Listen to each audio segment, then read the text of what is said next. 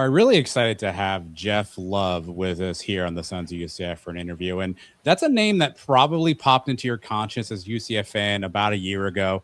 But he's got such an interesting background that I really want to get into a lot of different stuff too. But certainly want to talk about his time at UCF. So first off, Jeff, you've absolutely beat me on the best background for today's show. So thanks for that, man. And appreciate you hopping in and joining us here on the Sons of UCF. Yeah, thanks for having me, Adam. I really appreciate what you guys do, educating the fans, just giving another outlet for teams to kind of get an inside view of the Knights. Obviously, this place is special to me too. We're both alums, so appreciate you having me on. Yeah, man. So let's start at the beginning. Obviously, you've had such an interesting career, but you mentioned you were a student at UCF, and you spent some time, early with the program. I usually don't play like what's behind door number one. But for the first time ever, I'm gonna show this. Oh wow, that's you're awesome. Listening on audio, you cannot see this, but this is Jeff. And Jeff, I don't know you. We've met all of 14 minutes there. You look like you weigh about 80 pounds in this picture here. It looks like a young Jeff Love, and you're listed as video. Yeah, that's all gone, by the way. Tell me a little bit about this Jeff Love that I'm looking at on screen here. What your role was at UCF and how you got involved in doing whatever it is that had you posing for this picture at the lovely Citrus Bowl. Yeah. So I grew up in Southwest Florida in Punta Gorda. I went to Charlotte High School, and I accidentally got put in a TV production class. I actually didn't play football past 9th grade, and I made the highlight video for our football team. I was buddies with all the players. We played flag together, and I was an athlete myself. And then we had a really good player, if you remember. Well, we had several, but Deshaun Platt was a junior at the time, ended up going to Florida State. So coaches would come through periodically to look at him and other guys that we had. Justin Midget went to Florida. And Gene Chiswick, who was a defense coordinator at the time at UCF, walked into our weight room and said, "Can I talk to Jeff Love?" And I kind of went, "For what?" And he took me in the locker room with Coach Waldrop, our head coach at the time, and they offered me a scholarship to come here and be a football video assistant. So I filmed all the games, all the practices. This was Coach Kruzik was the boss, who I have a very extreme love and affection for Coach Cruz for everything he's done for me, none the least of which that opportunity. But so then as a freshman during training camp, I was just the guy that kind of hung around. And I remember sitting behind a GA as they were typing in some data, and I got to know the playbook. And so they typed the formation in wrong. I remember what it was. He typed in Gunnar Denver 82 wide jet return or whatever it was. And I said, "That's not Denver, that's Dallas, because number 2 is detached." And he turns around and goes, "Oh, you know what all these formations are?" So then I started to do a little bit more of that. And so I was here as an undergrad, and then graduated, and I went all the way out to Washington State as a video assistant, which was way more toward the football video side of it, less because it was, we had more people out there at that time. And so my goal was to be the best that I could be at the role that I was in, while at the same time learning how everything in the building operated, so that my versatility would be my value in the long run. And so I was the video guy that if you asked me to go get Oklahoma's offense, I put it in the system, but then I watched it, or whatever the case may be. So I was at Washington State for 2 years, and then I was 23 and got hired by Coach Alt at Nevada as the director. I was there 1 season and then went to go work with Coach Mangino at Kansas right after they won the Orange Bowl for the Jayhawks. I was there for 3 seasons, decided to get into coaching. So went to a Division III school out in California for 1 year. Then our defensive coordinator at Kansas got hired as the head coach at Houston Baptist to start the program. It's now Houston Christian. I was his third hire there because, again, I could do operations, I could do video, I could coach. So safeties for 1 fall, receivers for 3, quarterbacks. Got hired back to Kansas as the video director, and then that 3rd season got promoted mid-season to coach quarterbacks and call the plays there. And then After that, was in the high school world, again, trying to navigate how recruiting worked at that level. Got an opportunity to go back to college at an NAI school, and then had some connections through Coach Beatty to Florida Atlantic. Sure. I actually went down there to be an offensive analyst and met with the chief of staff for about 4 hours, and they said, we'll find somebody else to be an analyst. You run the roster. And I had never been in personnel before. Sure. But I had recruited, and with this new era that was approaching of NIL and salaries, if you will, like at FCS and NAI in Division II, we've been doing that for 100 years. Like you split up scholarships. It's just not dollars. It's scholarship dollars. So did that, and then the way I got to UCF is I don't want to say by chance, but I was right place, right time in the state of Florida. I had just been retained by Zach Kitley Sure. as the GM, and we were watching linemen in the staff room, and my phone rang. It's a number I didn't recognize. I actually silenced it twice, and then got a text from a buddy that knew Coach Frost. And he said, would you step out of the meeting? So I did. And I called him. I go, what's going on? We're in the middle of the portal. He goes, there are some very important people in Orlando trying to get a hold of you.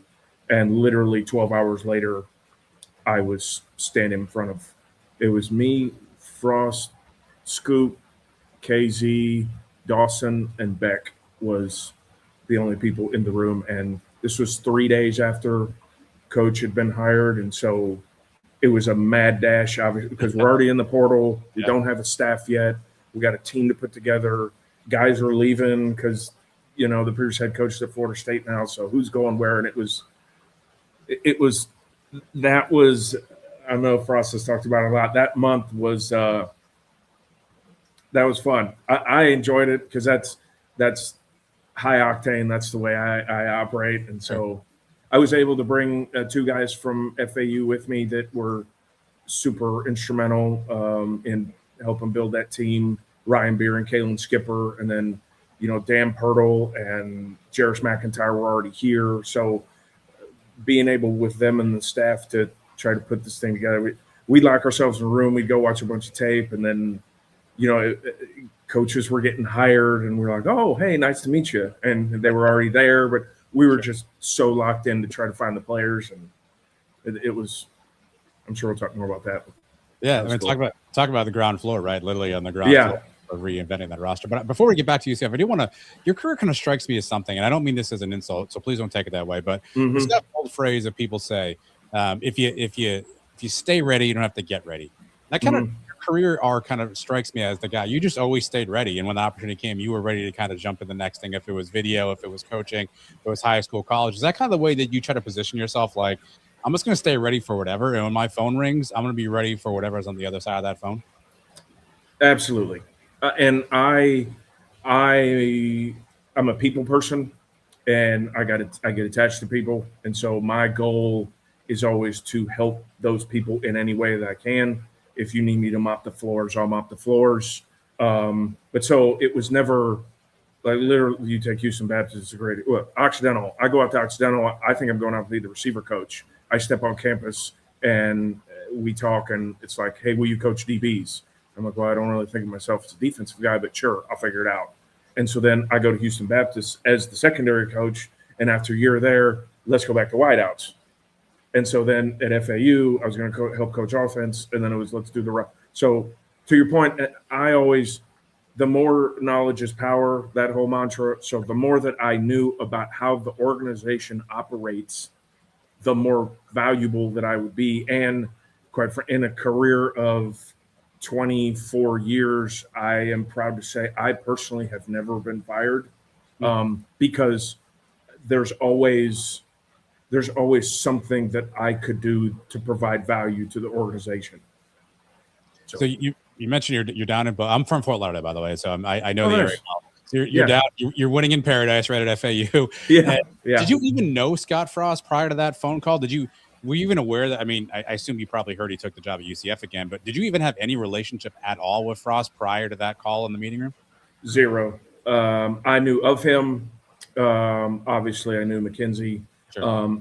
Ironically, I knew Steve Cooper from back when he was a grad assistant at Portland State. I was the video director at Nevada, and we'd worked some camps together when we were younger. And Coach Becton was the receiver coach, coaching Brandon Marshall and Sims Walker and Capers and Huggins and Frizzell and all those guys when I was a student. So I knew he would be involved somehow, but even Beck hadn't even been formally. So like I didn't even know, to answer your question, I didn't know what was open, if there was an opening. I didn't know anything about it. And the main, as Coach Frost told me, he wanted somebody that kind of understood the NIL landscape, that understood the state of Florida, that was from here, and then obviously went to school here. So yeah, there was no connection at all.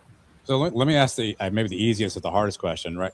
Why say yes when he calls you and says, "Hey, man, I got nothing going on here. I'm rebuilding everything. You're winning in Paradise and Boca."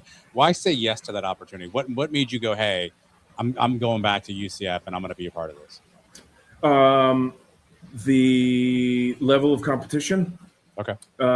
And truthfully, knowing that I was going to be a part of Scott Frost Part 2, because I've said this and I think it's true and a lot of people believe this. If we don't go undefeated in that 17 season right in the middle of conference realignment, I don't know what happens or who the Big 12 takes. Yeah. And so I think Coach Frost and all that he did, and obviously McKenzie, had a lot to do with that. And I had always heard how great a guy Coach Frost was to work for. Again, nothing against Zach. Zach Kitley, he and I still talk also. I mean, I think he's going to do a good job down in Boca. But, yeah, and then Orlando, and haven't been back since I was a student, and all the things. It's a level. It's Power 4. And in this day and age, probably a good segue, it's almost two different sports. Sure. Power 4 and Group of 6, between the staffing, the salaries, players and coaches, and just overall organizational. When you got hired, when you agreed to the job, what was your job description?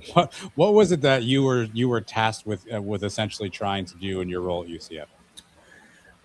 Put the roster together with Coach Frost, because my title was Executive Director of Player Personnel, but me and a staff, along with Frost and the position coaches, were just putting together a roster. And again, I didn't really care what my title was. I knew what I was here for. And so I'm a coach first and foremost, and an educator. And so my goal was to find the best players here, but also help educate coaches and staffers on this new era. Because you got to remember, Coach Frost, when he took the job, when he was last in it, there wasn't NIL. Yep. And Coop's been around, but he wasn't involved in it in Boise. Neither was KZ or Dawson. You know what I mean? So, like, as people it was kind of, we were all learning how it was together. And I didn't know all, because I wasn't at the Power 4 level recently, Yeah. So go ahead. No, what's the first step? So, hey, Jeff, welcome to the team, buddy. We need you to put a roster. What's the first step? Where do you even start when you get that? So it's funny, because I walked in the room and shook hands and whatever, and Coach said something to my wife, is like, "You ready for all this?" And she goes, "Yeah, it's because she was excited and whatever." And so she goes off to the hotel, and I sit down in the office, and I can't remember who said it, but somebody looks at me and goes, "All right, so now what?" And I said, "Well, so first let's evaluate who's here. Yeah. And then we can evaluate who could potentially leave, because this is about retention. It's easier to keep guys than go get them." And so, obviously you look up front first, and we're getting to the meat and potatoes of it. But so I said, not that you asked my opinion, but we have two really good edge rushers and a very good interior lineman who just didn't play this past fall. So in my opinion, whatever we're doing on defensively, let's not major out of an odd front. Because in this era, if you have 2 pass rushers and then you bring in an odd guy, those guys leave because they can't rush the passer. That's not what they do from a 4-eye or a 4. So anyway, that was fun. So me and Ryan Beer came up immediately, and we literally locked ourselves in a meeting room for 48 hours, and we ordered food in, and we watched every player and evaluated them. And then again, as like the story I tell, because Alex Grinch and I are buddies now, but like we talked about Frost said, well, I'm looking at this guy to be defensive coordinator, and then 2 days later, by the way, UCF hadn't been hired at that point yet, so you don't even know who may be coaching some of these positions, right? That's why, as a coach helping him, I'm like, look, and I'm like, you probably already know this, but between Malachi and Nigel Leake, we need to go get a guy, a 4-down guy that majors in that. So then about 3 days later, I come out to go to the bathroom, and Alex Grinch is standing in the hallway. I'm like, oh, hey, because he was at Oklahoma, I believe, when I was at Kansas, and so like I knew of him, but I'd never met him. Sure. And so then one by one, Jimmy Beal shows up, and Mark D'Onofrio, and we're starting to put his stats together. I'm like, all right, because the other part of this acquiring talent now is that the head coach is cool, but who's going to develop me? You know what I mean? So like it was difficult early, for instance, to get a linebacker if you didn't have a linebackers coach. So that kind of sped some processes up and things like that. But so yeah, that was sounds like fun. It was fun. It was a lot of fun. We were up late and up early and just go. So take me through those conversations, Jeff, with the roster at that point, the guys who were on the team, who obviously you mentioned, Gus Malzahn had announced his departure. We knew where he was going, right? And you're on that roster. You don't know who the coaches are. All new staff come in. What are those conversations like for the guys who are there? What are you trying to convey to them? How are you having those conversations? Even though, as you just mentioned, there's some things you don't even really know yet about what this is going to look like. What were those conversations like with the initial, I guess, 24 roster that was potentially going to move into 25? Just to first identify who the guys were that we wanted to stick around, and then explain to them that everything that we were doing was going to try to be built around them and them being successful. And it worked for the most part. We didn't lose a whole lot of guys that we couldn't afford to lose. Does that make sense? Sure. So like there were a couple guys that if the phone rang and they left for the portal, you were like, oh, okay, that, that's not good. But like if somebody called and said Malachi Lawrence is leaving, oh God, the building's burning down. You know what I mean? Fix the fire right now. So there were several of those conversations, but yeah, it was more about what's the foundation, who's here right now, and then what do we got to do to go get the right guys. So again, I'm going to get in the weeds a little bit here. So share whatever you can. So let's look at the offensive line for a second, right? So you just need numbers, right? You just need bodies on offensive line, right? You go through, maybe you identify a couple guys that you like, that you think fit. Are you targeting like 5 or 6 guys and hoping for 2 of those 6? Are you kind of ordering like, hey, this is number 1, this is number 2, 3, 4? Like, are you inviting all 6 of those in, and first guy to sign gets to sort of join the team? How do you kind of prioritize when you're going after several guys, but so is everybody else? Right. So how are you kind of protecting against the downside and trying to figure out who am I going to bring on my roster? What's the strategy for just needing to acquire just a mass number of humans to be on your football team? Well, fortunately for us, between us being at Florida Atlantic, like we didn't just come off the street, right? So between us being there and Dan Pirtle, who was already in-house, we had done a pre-scout literally of the country. So we know who's on whose roster and who has how many years left of eligibility. And so, for instance, one of our top center targets from the word go was Carter Miller. And so, ironically, he actually committed to Colorado. Yeah.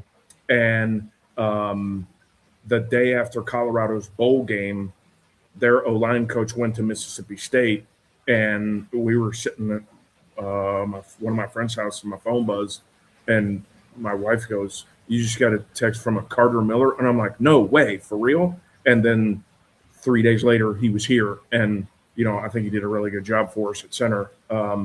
Then Preston Cushman is a local guy that went to a Power 4 school out of high school and just didn't play a whole lot, and he's versatile. So that's the other side of this is you tried to get guys that could potentially fill multiple roles. Like Cushman could play guard. We played him at tackle last fall. But so he's one of those guys.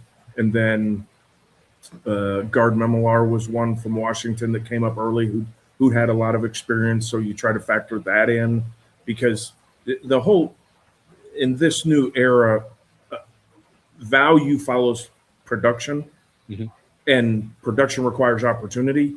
So the metric, if you will, with the market is what is the value related to the amount of production that he's at. Like Carter Miller had started a bunch of games, albeit at a group of 6.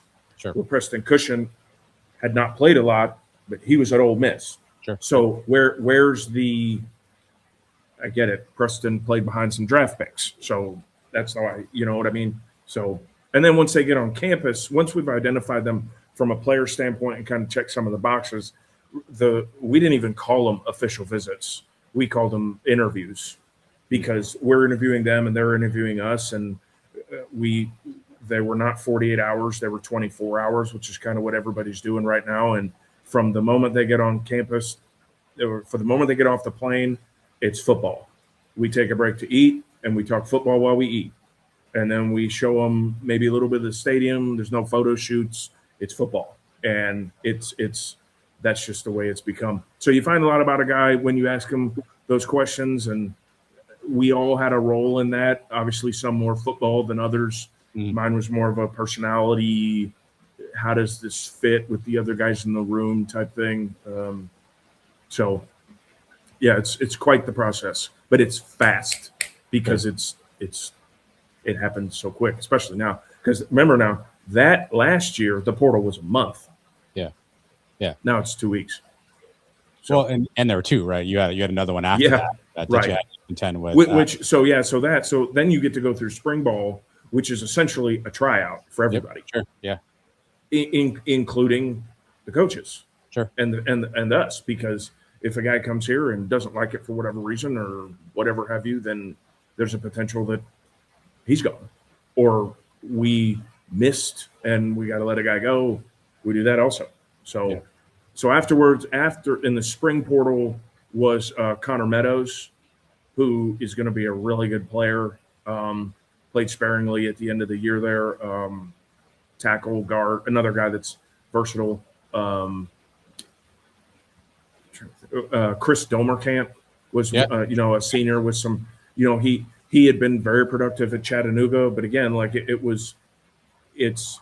you feel better, for lack of a better phrase, you feel more comfortable having a 22-year-old who's played college football than relying on an 18-year-old that's never played. Yeah. Well, let's throw some monkey wrenches into this, Jeff, because you just talked about you all were evaluating, hey, we like this kid, we like this kid, right? Then I have to imagine, and correct me if I'm wrong, you have player representatives calling you saying, hey, you got to look at my guy. Hey, I got a guy for you. Hey, right. I know this kid. You probably have kids directly reaching out and saying, hey, coach, look at my film, right? So not only are you now focusing on who you've identified, how are you now navigating what I imagine is a ridiculous amount of phone calls and text messages and DMs trying to get your attention about other guys, either from agents, from reps, from players themselves? How do you kind of navigate that side of it? You have to be very deliberate in what you watch because – you don't ever want to not watch anybody. But you also can't spend too much time, because if the process lags, that's when you miss, is you spend too much time hemming and hawing or pondering over, well, we should or shouldn't, and boom, the guy vanishes because he's got to make a decision, And so that's a learning curve that everybody had to get used to, that like, this is okay. I need to know in like 30 minutes, do we want this guy or not? Yeah. Otherwise, he's going to go somewhere else. So, And who's ultimately making that call? Like, is it a scheme fit? Is it a personality? I mean, because you have 30 minutes to figure that. I can't decide what I want for lunch in 30 minutes. Like, how are you deciding in 30 minutes? Scheme, dollars, value, coaching staff, play style. Like, how do you decide all that quickly? It's a collaborative effort. I mean, ultimately, obviously, the head coach, because he's in charge. Sure. But we tried to get on the daily basis, particularly in that first month, we tried to get as much information as we possibly could on the kids that we liked. So when coach had a minute from doing the stuff he's trying to do to set up the program, he could come into my office and I went, okay, boom, boom, boom, boom, boom, boom, boom, ready, and hit play, and off we went. Yeah. So it was a lot of it was organizational, but at the same time, like I'm in and out of a hotel and I'm staying at my buddy's couch. Like nobody's settled, and like no one wants to hear all that. But like there's a real life going on outside that doesn't give a shit about the portal. You know what I mean? For sure. So, but yeah, that's how. And then obviously the position coaches the position coach has to coach the guy, so we need them to sign off on it. Yeah. And then the coordinator makes sure it fits in a scheme. And mind you, the position coaches and the coordinator, like they're getting to know each other. Sure. Some of these guys have worked together before and some not. But so. Well, I have to ask the question of 2026. When does money get involved? So when do people start talking dollars? Is that prior to you even saying, hey, let's come have a chat? Is that something you're aware of before you even think about a guy? Or are there times where you think you've got a number figured out and then you love a guy and he gets on campus and all of a sudden, surprise, that number's changed? Like when does the dollar value start kind of getting into those conversations?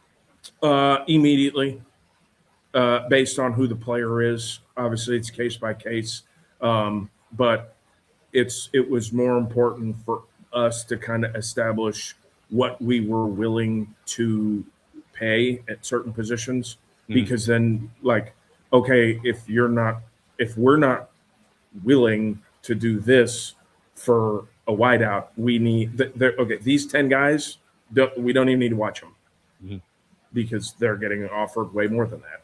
So that's certainly the factor right now.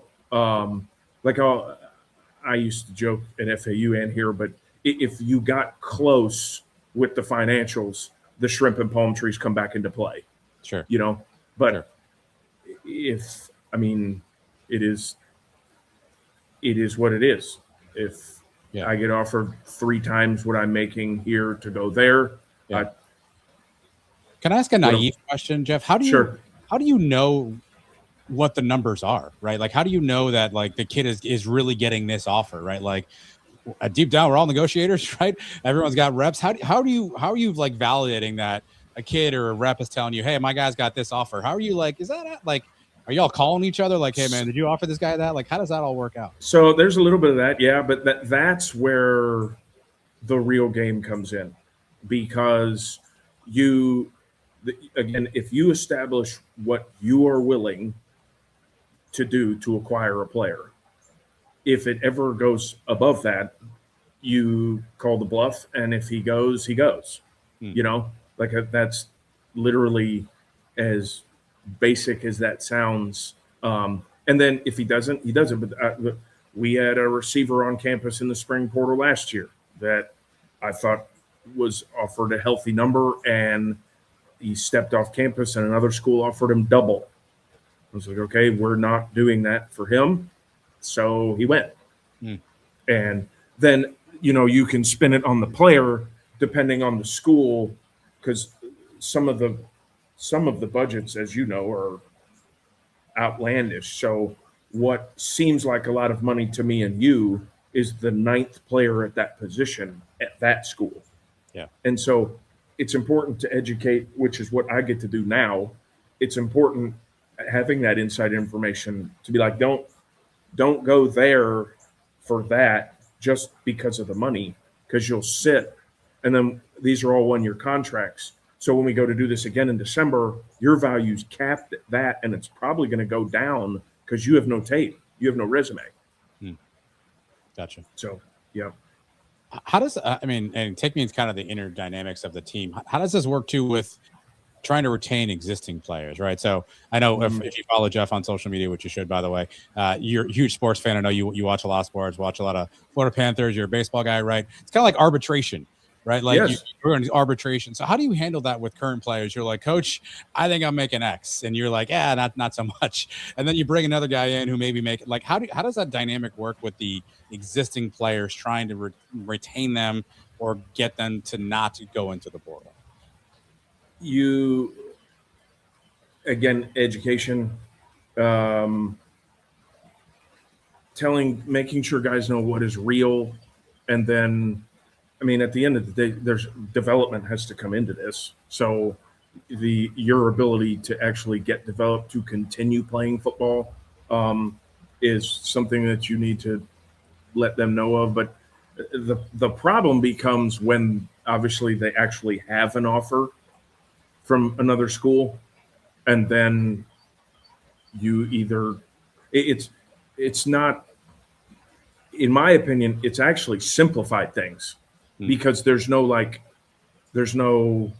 it's this is what it is. Do we want to pay that or no? If we don't, we need to go look at the next guy at that position.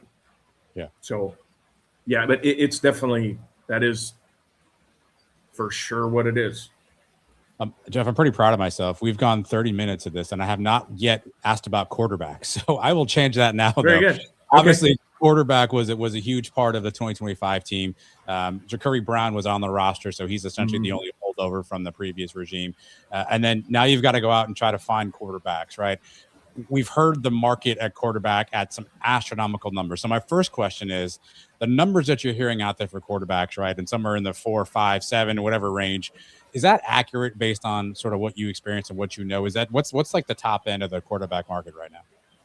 You know, that's I have not heard 7 or 8. Okay. I've heard 4 and 5 for sure. And so then that comes into, again, when at all levels of football, this is what I've said. You if throw it, sack it, catch it, protect it, cover it. Those are the 5 guys that get paid, the big bucks. Yeah. So now the question last year was, with Ja'Cory already on the roster, did we want to like overextend a little bit, or try to, if you will, piece it together, the room? Which is where we landed on Cam, who was with me at FAU, and Taven, who came in from Indiana. So but those numbers are real for sure. So and they're not going down. Nothing's going down right now, Jeff. No. When you look at Cam and Taven specifically, were those guys that you like their tape? Were those guys, and I assume you like their tape, they wouldn't be here, but those guys you're like, hey, we need to have those 2 guys, like, let's get them in here. Were those guys who are like, hey, their tape is good and they're in the price range we wanted? Like, how did you sort of zero in on those 2 guys specifically? And then obviously Davie Belfort joins later on, but how'd you specifically kind of zero in on those 2 guys? All of the above. Like the price comes into play for sure. And again, that value follows production, right? So that's where you get the school down south paying big bucks because they got guys that have started 14 games at a major level and they cost more, you know? So yeah, the price point is always a factor, but then personality fit is big for us, was big for us. You know, Coach Frost is very, his leadership style is very even keel. He's an educator at heart, having been a former player and obviously coached before, but he is a quarterback. And McKenzie was a quarterback. And so I think that played a factor too in who we brought in, because it is about fit also. So you have the athletic part, the financial part, the mentality fit part, and then, you know, how does he come in the team? So one of the things that I picked up on kind of researching you per se is you talk a lot about being an educator at heart, being a teacher at heart. right? Always trying to learn stuff. So I'm curious, as the season goes on, right? So now we're playing real ball now, right? How are you kind of evaluating the job that you did? Were you kind of keeping a scorecard like, hey, really nailed on this one. Hey, this one didn't work as I thought it was. And were you trying to sort of take notes and learn from, okay, I missed on this guy maybe. What did I miss? What do I see? How do I not do that again? How were you kind of evaluating, I guess, yourself as the season was going on? Oh yeah, definitely do that. And guys that we didn't get and wanted, and what they were doing. Did we dodge a bullet, or did we? Oh damn, we should have got that guy. Sure. But yeah, no. We evaluated every game that we played, and then we would hold a big personnel meeting after game 4, 8, and 12, obviously, just to kind of checkpoint what people thought about who. And so, yeah, part of our job. Well, I say part. My job, our job during the season is to watch other college football teams and ourselves. So, yeah, it was every Sunday. How did the season go compared to maybe what you thought? Right, I know as a coach, you always think maybe things may be better. You always have opportunities, or I think we can be really good here. I think we can be good here. But as the season played out, did it play out from a record perspective, just from an execution standpoint, like you thought it would, or were you surprised at some of the things that maybe tripped up the team in 2025? Yeah, I honestly thought everybody would have liked to have won more games. I do. It's no secret. The quarterback play has to improve in 2026. That was just, it wasn't necessarily turning the ball over. It was just the executing, the getting in and out of the huddle, the getting lined up, because that's part of commanding the offense is like, if the receiver needs to be +3 split, well, then get him +3. You're in charge, So defensively, I almost over expectations, if I'm being honest. Sure. I thought we were in a lot of games because of Coach Grinch and the players on defense. Phil Dunham was a bright spot, came with us from Florida Atlantic as well.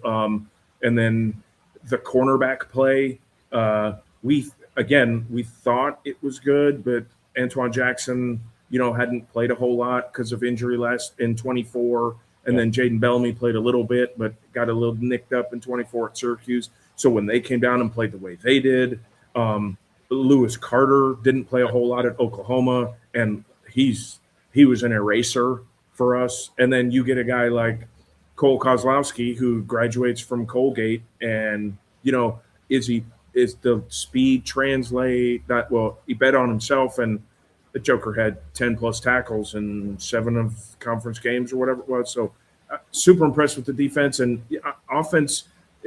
Offensive systems take a minute to get used to. And I get all that, but I think with improved quarterback play, I think things would have been a little different for sure. If people watch games, Jeff, you were on the sidelines. You were near Coach Frost at all times. You had a really official looking notebook in your hand that you're flipping pages on. I think at one point Frost called you his analytics guy. I don't know if that's what your role was there, but what was your sideline role? What was in that binder that you were flipping pages on, Jeff? What were you doing on a game day for UCF? So Coach Ash was a head coach out west. He runs a company called Championship Analytics, and they have what's called the book. And this book gives, through an algorithm over 20 years of statistics, gives you situational analytics on 4th down go situations, late game clock management, and kicking situations. So my role is, if we're on offense, let's say, and it's a tie game, and it's 1st and 10 at the 48. So we're trying to get to the 38. I had a chart for that time and score that said, okay, if we get to 4th and 4 or closer, it's a go. So on 1st down, I would come over the headset and say, 4's a go. And I'd usually get, thanks, coach. And as the play caller having been a play caller, it's super helpful. It on 3rd and 6, I'm not trying to pick up 6. Sure. I'm trying to pick up 3. So knowing that, conversely, when we're on defense, I flipped over and pretended I was the other team's book guy. So on first, if we got in, and I knew when to not talk and when to talk. So when Coach Grinch would be 2nd and 8 or something, and they just got across midfield, which is shot zone and or go for it zone, I would say 3's a go here now, Coach. And so then he could process, okay, if 3's a go and they're at 4th and 8, they're actually trying to get 5-ish. You know what I mean? So on the offensive side, could you get overruled? Right. So I think there are a few times this season. I know a couple of games where I don't want to rehash bad memories here, Jeff, but a couple of situations, 4th and 1, there were some struggles getting yards and whatnot. Mm-hmm. And I don't know if Coach Frost got a little bit more conservative as the season went on because of some of that too. But could you get overruled? So if you're like, hey, Coach, 3's a go, could you be like, yeah, or it's not, Jeff, we're gonna roll. Yeah. I want to be part of trying to get another yard here. Yeah, and that's part of what I do throughout the year, because I did this for the last 3 seasons, is you establish a trusted enough relationship to where, like, we can have those type of direct conversations, and it doesn't matter if there's 75,000 people that we're doing in front of, and it's the end of the game. Like, we just talk it out. But so, to be honest, though, he believes in the information, and then now he's going to process it, because I know if you've talked to Coach Frost before, like he is scary intelligent, very cerebral, on all levels, and so like his brain just moves faster than most people, and so I appreciate that. And so I could just give him the information, and he would often, as you could probably see, he would come ask me to like reiterate what I said or talk through a timeout situation, or because that's the other, this whole 2-minute warning now in college football, a lot of college coaches haven't dealt with that before. And so that book helps you give an extra timeout, obviously. But yeah, no, it's a collaborative effort, and that's why I had the headset on, was so I would give the information, and then the coaches could talk it out, and they could ask me questions based off, why would it be like? Does it factor this in? Like the one game we played, it was raining, and like, so does that is now 4th and 5 turn into 4th and 3 because it's pouring out, So, but yeah, that was fun. I love doing that. That was my coaching fix, if you will. Plus it helped me, help those guys more, because that they had not used that previously. Yeah. And that was just some value I hope I added. Jeff, the narrative I think you hear from a lot of coaches is the current model where we are right now is not sustainable. There are not a lot of guardrails. A lot of people call it the wild, wild west, right? Mm-hmm. You were in the fight day in and day out. I guess a two-parter. A, do you think that's true? And B, what's the example that you were a part of, or you were like, man, we can't keep this can't keep going that way? What's the situation where you kind of came across and was like, man, I can't believe I'm dealing with this as a college football, teacher, leader, coach, administrator, mentor, whatever you want to put your title as? I mean, yes, that's what it is like, but I'll be honest, I never think of it like, oh God, what do we do about this? It's more like, okay, this is what it is. How do we live in this world and operate? Because it's not going away. The saying, the coaches have been doing this for 100 years. Yeah. If Coach Frost did really well at UCF, Nebraska paid him 6 times, he was gone. You know what I mean? So like now the kids are just doing it.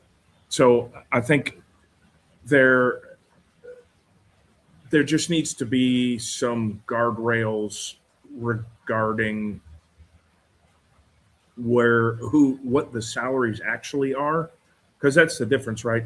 In the NFL, everybody's got a salary cap. Well, that's not the case in college football. This is like baseball. So some teams are the A's, some teams are the Yankees. Yeah. And that's just, you try to get in where you fit in and figure it out as you go. How real is tampering, Jeff? I know it's a big conversation. Dabo Swinney came out and kept receipts and notes. I assume some level of tampering has been going on for decades in college athletics, but how real is tampering now? How bad is it in its current form? And is it actually fixable or enforceable to not have the quote unquote tampering that may or may not be going on? Well, define tampering. Like, yeah, it's a great. I mean, so if I guess this would be my layman's interpretation, right? Like I'm a coach of school A. I have a player on my roster who's on my roster until December, but school B is calling him in November saying, "Hey, if you want to hit the portal, we may have some money for you afterwards." Like I guess that's what I would call tampering. Yep. Is that the concept? So that instance, I don't know how much that happens. Okay. Just because, like, that's obviously it's blatant disregard for sure. Which no judgment here, whatever. But as you said, for 100 years, can you call a high school coach or now a rep and say, hey, this player A, would he have any interest in moving schools? Yeah, that happens often. Yeah. And at all levels, at all the time, which is why I think it is beneficial for college players to have representation to help them deal, because coaches and everybody involved is competitive. And if there's no police, like there's no stopping them. So to have someone else to handle that, I think is paramount for kids nowadays. What's the end of season look like, Jeff? Right, so season's coming to a close. And you said earlier something about kids going to the portal. Decision by kid, decision by school at times too. Is there like some sort of a meeting at the end of the year where every player sits down with their coach, their position coach, and kind of talks about, here's where you are? Again, I may be simplifying this, so if I am, please stop me, where I say, hey, coach, I think I had a damn good year. I'm looking at this valuation going forward. And coach goes, Adam, I'm not so sure you did. Or is a situation where coach goes, Adam, you didn't play at all. This, like, we're thinking this about you. Is there like a kind of like a Godfather meeting of the minds where you come together with a player and sort of try to hash out what the future looks like for that player? Yeah, for sure. And to be honest, that's always happened in coaching. Now it's just amplified because there's financials associated with it. So it starts as a staff, and then it goes position coach, player, and then if moves need to be made, that's where the personnel staff comes involved. How do you, as coaches, administrators, deal with against 2026? Everybody has social media. Everybody's out there doing God knows what on their social media. And I'm sure there are kids throughout the season who you can tell maybe aren't feeling good. You know, vague tweeting about like, oh, if I only get my opportunity, right? How do you have a list like early on of like early warning indicators, for lack of better words, like you're driving your car and the engine light comes on, we go, oh man, I gotta check my engine. That there are certain players that you're like, hey, we need to start checking on these guys because their commitment, their body language, some of the things they're saying, where you're kind of concerned about what their future looks like for UCF or any school? Yeah, yes and no. Honestly, in season, you're worried about the guys that are helping you win games. And so that's where the concern lies, the guys that are playing on the field. And, you know, there is an honest conversation that can be had with some of those guys that, like, look, if you embrace this role and work at it, you might get your opportunity right here. You know, like the portal's not always the answer. Sure. So that was, I mean, and everybody sees everything, that like there are no secrets, but was it a big concern? No. I was more concerned with, you know, blocking David Bailey and stopping Bear Bachmeyer. Yeah. So, but yeah, that all, it's part of it. But again, that's been happening for 100 years, you know? So yeah, it's, yeah. How soon, Jeff, did the staff, the personnel staff, begin thinking about 2026? I assume you're going to tell me like as soon as we kicked off the ball for 2025, but how quickly did you start thinking about, or were you already kind of planning ahead for what the 26 roster might look like for UCF? I'll be honest.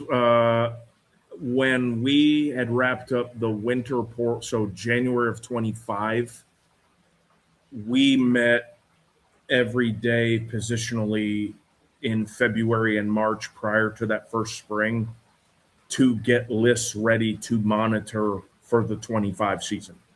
Okay. So we were thinking about 26 in January of 25. Gotcha. Because that's where because once the roster's set, like we're evaluating and we'll see where as a program we did or didn't get the right guys, but at the same time, like we're moving on next. Yeah. So, and then the way I set it up was Thursdays during the season, we would have about a 4-hour meeting in the afternoon where everybody on the personnel staff would bring 4 to 5 guys on other teams, and we watch them and rank them. And if they were to do this, what would be because that's, again, the crazy part of the whole calendar is the season ends, the kids go home for winter break because they still go to school, so school's out, and then during all of this, you're getting the portal opens up, the coaches are all moving around, so like you've got to be ready. But when the horn blew out in Provo, Utah, it was okay. Now what? As all this craziness has happened post the season, Jeff, a bit of a surprise, I think, for a lot of Knights fans. And candidly, I don't know that everyone always knows what everyone does and everyone's role, but you announced on social media that you were going to walk away. You were stepping away from UCF. You were going to move on. I'm curious to the extent you want to share. I'm sure some of that stuff is personal for you and your family and whatnot, but what kind of led you to kind of say, hey, I want to walk away. I think I want to try something different. And B, the timing, right? It was right in the middle of like, hey, this is kind of dead red for what we do. What kind of led to the decision and sort of the timing for you? A couple things, and I won't dodge it at all. Like I got 2 boys that live in Fort Lauderdale, and my wife has a son that lives in Fort Lauderdale and a daughter that's in college, and I want to be dad. I love what I do and I love football, but they're getting to that age where I'd like to be around more. So I wanted to move back there. And then honestly, the timing of it, I thought that there's never a good time in what we do. But at the same time, I felt that they were set up enough to where if I stepped away, I didn't think they'd lose. You know what I mean? Because most of the evaluating was done on December 10th, whenever it was that I resigned. And then so I didn't really know what I wanted to do. I kind of thought about it a little bit, but then I had people just tell me, hey, you should try to help represent and stuff like that. And I knew I wanted to do something like that on my own in the private world, but stay around football. And this is kind of the perfect lane for me transitioning. I feel like I can actually help coaches in college that I like and high school coaches and players and families more from this side of the table because I can share the knowledge from being inside the building so that people don't make bad decisions that alter careers based off stuff that doesn't, isn't as big as they may seem it is. So yeah, that's what it was. To the extent that you want to share, you can share. Obviously, I can't help but think of the bookends of you're one of the first calls Coach Frost makes when he gets back. Yeah. I'm curious, what was that conversation like when you told him that you were stepping away, right? Knowing the 11 and a half month history you all went on together. Yeah, right. You can share what his reaction was when you kind of shared with him that you were going to walk away. Yeah, he's awesome. He's one of the best bosses I've ever had, if not the best. And he understood. He's a dad now also. And, things just kind of changed prospectively. Obviously, he wished that, things were a little different, that I could, still help. But again, being on this side of it, I still see it all. And he and I are still close. We talk probably once a week still. But yeah, it was not, I've had a 24-year career in football also, and to just say I'm done was not easy, but at the same time, it was the right thing to do. And I'm excited about this new chapter and world that I'm stepping into. All right, Jeff, let's transition to where you are now. So you are now running something called Gridiron Link, LINC, and you picked that name specifically, I could tell, based on the acronym of Link. So kind of step us into what's life like for Jeff Love today. What are you doing with Gridiron Link? What's the kind of the goal with what you're trying to accomplish there? So jumped into this representation role pretty much right away after getting out, and then I wanted to work with a group of guys that didn't necessarily have a big football presence and help them build up their presence. And so I did replace 23 players, help them find spots, and did over $2.3 million in contracts with those 23 kids that were, through 20 years of coaching college football. I see this as an opportunity to help my friends in college pair up with good kids that are either in college or in high school, and then gel the two and see how it fits. So there's a lot of insider information, having been in the field for 20 years, that I can help guys make the correct decision. And so then after the portal was over, I wanted to do this on my own all along. And so I had a group of guys that, had some interest in doing it with me. And so, we started the Gridiron Link here at the beginning of March. Link stands for leveraging image, name, and connections. We've got some guys that have worked in the NFL. We've got a general counsel who's very familiar with athletics, that is going to help oversee some all the contracts. We've got trainers periodically throughout the country. And again, all these guys have been vetted to that, because my friends in college football know, at least from a character and a personality standpoint, that I would have taken the kids that we represent on a team of mine. Sure. And so you eliminate, we don't know this guy step, because they trust me. So we want to be a one-stop shop for athletes, whether it's all the stuff they don't know about. Like, they don't know that, okay, when I go get, let's just call it a job. When I go get a new job, I have to relocate. So what does that look like?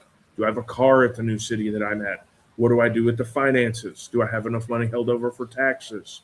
What if something happens to me? Do I have a doctor that I get a second opinion from? So it's all of that, to where, having been a GM,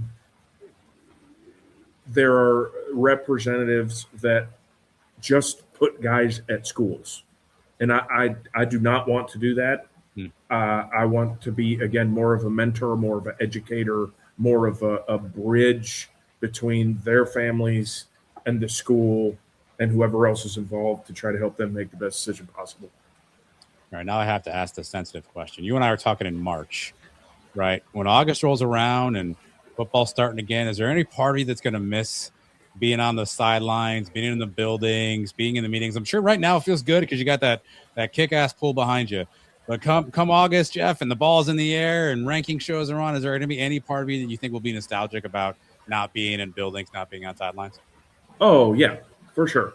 Like, I'm not ashamed to admit that. Like, you don't ever lose that. And in some realm, I'll be somewhere. But part of the beauty, like my 13-year-old said afterwards, he goes, "What about like the space game? We're not going to get to go to that again." And I'm like, "We'll go." Like, I still know all these guys. I'm just not going to be like on the sideline. But I'll get to coach them. And that'll be, that'll get the fix. And then, you get to go see other things and do other stuff, and I'll be fine. But yeah, you can say that it won't ever go away. Sure. Trying to figure out what coverage they're in or what we should run on third down. Well, I'm glad to hear that the Love household is raising their children correct, and to appreciate the space game and all the great stuff that it means. That's right. I appreciate that you're passing that down to the next generation. That's what we need. They love it here, and we love living in Florida, and it's just, I'm still in the game. I'm just in a different role, and like I said, I maintain I can help everybody more on this side of the table, and this is what my office looks like. So. not a bad gig. Are you a good shot with that hoop in the pool there, Jeff? Are you the king of the pool if we're going to play some pool hoops? I'm getting there. No. I mean, my kids will never beat me, but you know how that goes, being a dad. But no, it's. I appreciate you having me on here. This is anything I can do to help educate people on what this is now, because again, it's not going away. So. Well, we appreciate you, Jeff. Thanks for your time. Thanks for your service to UCF. I know you're off now to more football activities here this afternoon, so we appreciate you carving some time out. And tell people where they can follow you on social media, where they can get more information on what you're doing with Gridiron Link. Where can people go to kind of learn more about it? Yeah, absolutely. So thegridironlink.com is our website where you can see what we do and who is on our staff. At Gridiron Link on Instagram, Twitter, LinkedIn, Facebook, we're all out there. I'm at Coach_JLove at Twitter, and then JLove_09 on Instagram. And again, I'm here to help. I'm here to advise, whether you're a coach, a player, an executive. Like I don't mind sharing this information. We're trying to make this game better, and make sure everybody gets taken care of and make the right decisions. And so please feel free to reach out, and we'll talk soon. Awesome. Thanks, Coach. Appreciate you. Absolutely. Thank you.